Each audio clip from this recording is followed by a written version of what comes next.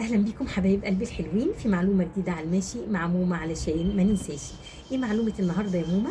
النهارده هنتكلم عن علامات الجر. ليس كل كلمه تاتي بعد حرف الجر اللي احنا عارفينهم الثمانيه من والى عن وعلى والفي والباء واللام تكون مجروره بالكسره. يبقى حرف الجر يجر الكلمه التي بعده، ولكن علامه الجر بتختلف على حسب نوع الكلمه. لو كانت الكلمه مفرد او مؤنث سالم او تكسير تجر بالكسره. لو كانت مثنى أو مذكر سالم تجر بالياء. علامة الجر بتختلف على حسب نوع الكلمة. المذكر السالم والياء والمثنى يجروا بالياء. المذكر السالم والمثنى يجروا بالياء. المفرد وجمع التكسير وجمع المؤنث السالم يجروا بالكسرة. لو أول مرة تسمع المعلومة ما تنساش تكتب لي في التعليقات لو فهمت المعلومة، وشارك زمايلك في مشاهدة الفيديو، وما تنساش الاشتراك وتفعيل الجرس عشان يوصل لك كل جديد. السلام عليكم ورحمة الله وبركاته.